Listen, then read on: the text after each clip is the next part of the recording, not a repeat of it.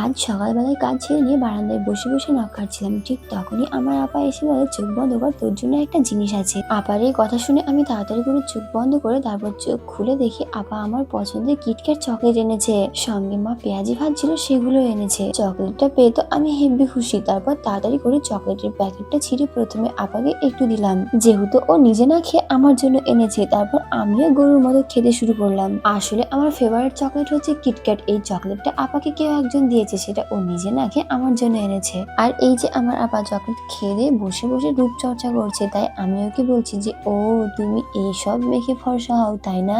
আমার এই কথা শুনে আমাকে বলছে, তুইও মাখ, তাহলে তুইও ফর্সা হবি।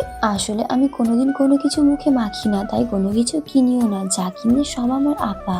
আমার মনে হয় টাকা খরচা করে কিছু কিনে মুখে মেখে কখনো ন্যাচারাল সুন্দর হওয়া যায় না, তার থেকে বরং আল্লাহ যা দিয়েছে ওটা আলহামদুলিল্লাহ অনেক দিয়েছে। এবার হয়তো তোমরা আমাকে বলবে, তাহলে মাখলে কেন? আসলে আমার আপা যখন কোনো কিছু মাখে তো সেটার গন্ধ যদি আমার ভালো লাগে তো ওর থেকে চেয়ে একটু মাখি, তাছাড়া আমি কখনো পার্মানেন্টলি কোনো কিছু ব্যবহার করি না। যাই হোক, এরা সবাই হচ্ছে আমাদের পাড়া প্রতিবেশী ভাবিদের ছেলে মেয়ে, মুস্কান, মনিরা, সারফারাজ, রোহিত আর সাব্বির। আমরা দুই বোনে বারান্দায় বসে বসে ভিডিও করছিলাম, সেইটা দেখে ওরা আমাদের বাড়ি বেড়াতে এসেছে। ওদেরকে দেখে ওদের সামনে ভিডিও করতে আমার অনেক লজ্জা লাগছিল। ওরা প্রথমে কেউ ক্যামেরার সামনে আসতে চাইছিল না, পরে জোর করে নিয়ে এসেছি। একটু পর রোহিত আর সাব্বির সারফারাজকে নিয়ে বাড়ি চলে গেল, মুস্কান আর মনিরা থেকে গেল।